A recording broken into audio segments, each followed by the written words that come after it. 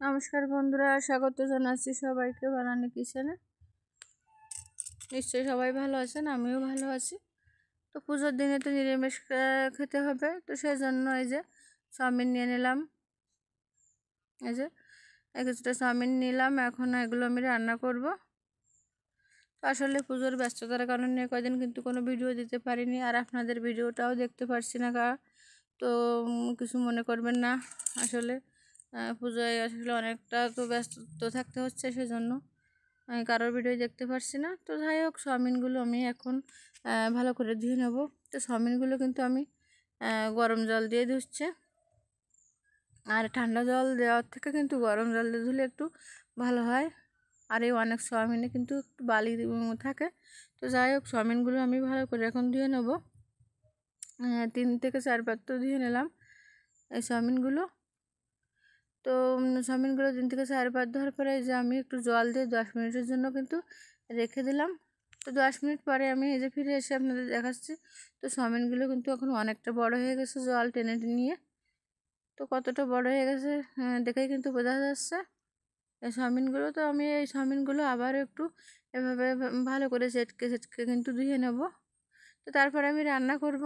এখন সেই জন্য আমি চুলায় জাল ধরিয়ে দিয়ে চুলার উপর কড়াইটা বসিয়ে দিলাম। আর এখন আমি কড়াইতে দিয়ে দিলাম তেল। তো তেলটা এখন আমার গরম হয়ে গেছে, এখন আমি দিয়ে দেব এই চাউমিনগুলো। তো চাউমিনগুলো কিন্তু আমার দিয়ে দিলাম। এখন চাউমিনগুলো আমি ভেজে নেব ভালো করে। তো চাউমিন ভাজার সময় খেয়াল রাখতে হবে, খুব বেশি কিন্তু জোরে জাল দেবেন না। চাউমিন ভাজতে গেলে কিন্তু একটু অল্প আছে আর কি ভাজতে হয়, তাহলে চাউমিন ভাজাটা খুব ভালো হয়, আর পুড়েও কিন্তু যায় না। আর এই যে রান্না কিন্তু ভাজা চাউমিন যত ভালো করে ভাজবেন, খেতেও কিন্তু তত ভালো লাগবে। এজন্য খেয়াল রাখতে হবে, চাউমিনটা খুব সুন্দর করে কিন্তু লাল লাল করে ভেজে নিতে হবে মাঝারি জাল দিয়ে। তো আমি চাউমিনগুলো কিন্তু এখন খুব সুন্দর করে যে আস্তে আস্তে জাল দিয়ে ভেজে নিলাম। চাউমিনগুলো কিন্তু দেখেই বোঝা যাচ্ছে লাল হয়ে গেছে। আর এই চাউমিনগুলো কিন্তু আরেকটা উপায় আছে ভাজা হয়ে গেছে বোঝার। তো চাউমিনগুলো যখন ভাজা হয়ে যাবে এরকম ছোট হয়ে যাবে, কিন্তু আবার আগের মতো ছোটো ছোটো হয়ে গেছে কিন্তু। তো এতে কিন্তু আবার জল দেওয়ার পরে আবার বড় হয়ে যাবে। তো যেহেতু ভাজাটা খুব ভালো হয়ে গেছে, এজন্য চাউমিনটা আমার এই যে ছোটো ছোটো দেখাচ্ছে। তো যাই হোক, এখন আমার চাউমিনটা খুব সুন্দর করে ভাজা হয়ে গেছে। এখন আমি একটা পাত্রে চাউমিনটা নামিয়ে নেব। তো চাউমিনটা আমি নামিয়ে নিলাম, যে খুব সুন্দর করে কিন্তু ভাজা হয়ে গেছে। তো কড়াইটা আমি আবারও চুলোর উপর বসিয়ে দিয়ে এখন আমি একটু তেল দিয়ে দেবো কড়াইতে। তো কড়াইতে আমি তেল কিন্তু দিয়ে দিলাম, আর তেলটা গরমও হয়ে গেছে। এখন আমি জিরা তেজপাতা দিয়ে দিলাম ফোড়নে। তো তারপরে আমি এই যে আলুগুলো কেটে রেখেছিলাম সেই আলুগুলো দিয়ে দেব। তো আলুগুলো আমার দেওয়া হয়ে গেছে, এখন আমি আলুগুলো দিয়ে একটু নেড়ে ছেড়ে নিলাম। আর তারপরে আমি দিয়ে দিলাম একটু লবণ আলুর উপরে। লবণ দিয়ে আলুটা আমি ভালো করে একটু ভেজে নেব। তো কিছুক্ষণ ধরে আমি আলুটাও কিন্তু ভালো করে ভেজে নিয়েছি, যে এর কালারটা কিন্তু অনেকটা চেঞ্জ হয়ে গেছে, দেখেই বোঝা যাচ্ছে যে আলুটা কিন্তু আমার ভাজা হয়ে গেছে খুব ভালো করে। আর এই আলু ভাজা হয়ে গেছে, এখন আমি এর ভিতর দিয়ে দেব যে ভেজে রেখেছিলাম চাউমিনগুলো। সেই চাউমিনগুলো দিয়ে আমি আলু আর চাউমিনটা একসাথে আবারও একটু ভালো করে ভেজে নেব কিছুক্ষণ ধরে। তো আলু আর চাউমিনটা আমি কিছুক্ষণ কিন্তু ভেজে নিলাম আবারও একসঙ্গে। তো এখন আমি এর উপর দিয়ে দেবো একটু হলুদ, আর দিয়ে দেব স্বাদ মতো লবণ, আর দিয়ে দেব একটু শুকনো ঝালের গুঁড়া। তো হলুদ লবণ আর এই যে শুকনো ঝালের গুঁড়া দিয়ে আমি একসঙ্গে সব কিছু আবারও একটু মিশিয়ে নেব ভালো করে।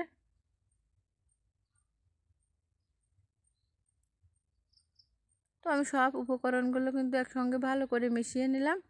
তো এখন আমি এর ভিতরে দিয়ে দেব একটু চিনি। আসলে এই চাউমিন রান্নায় কিন্তু একটু চিনি দিলে খেতে কিন্তু খুব ভালো লাগে, এই জন্য আমি একটু চিনি দিয়ে দিলাম।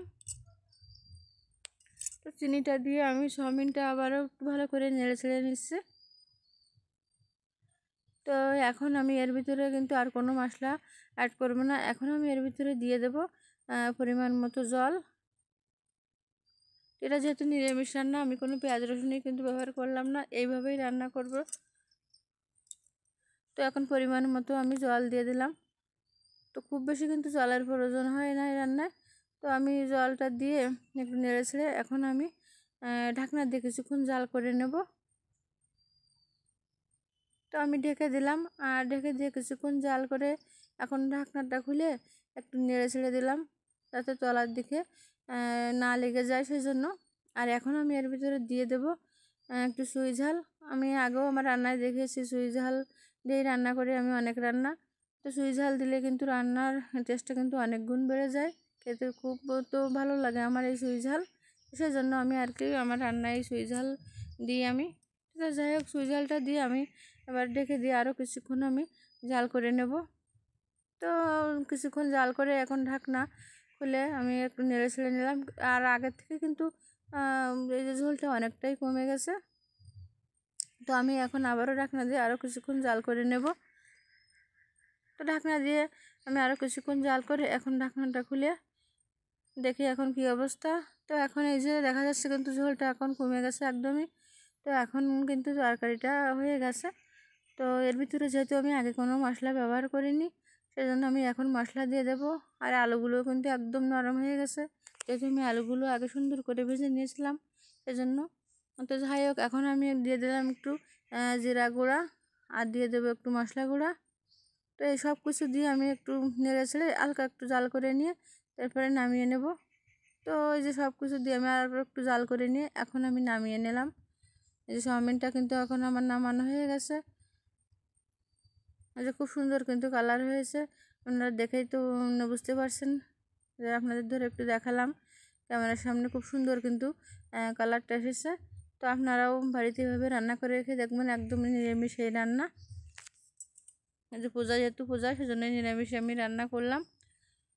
তো নতুন যারা আমার এই রান্না দেখছেন বা আমার এই ভিডিও দেখছেন, তাদেরকে বলবো আমার চ্যানেলটিকে সাবস্ক্রাইব করে আমার পাশে থাকবেন। আর পুরনো বন্ধুদের তো ধন্যবাদ। আর এরকম নতুন নতুন ভিডিও পেতে আমার পাশে থাকা বেল আইকনটি বাজিয়ে দেবেন। আর সবাই আমার পাশে থাকবেন, আর লাইক দিতে কিন্তু কেউ ভুলবেন না। সবার কাছে বারবারই কিন্তু বলি, লাইক দিতে কেউ ভুলে যাবেন না। আসলে আপনাদের একটা লাইক কিন্তু আমাকে অনেকজনের কাছে পৌঁছে দেবে আমার এই ভিডিওটা। তো যাই হোক, পূজার দিনগুলো সবার ভালো কাটুক সেই কামনাই করি। তো ভালো থাকবেন সবাই।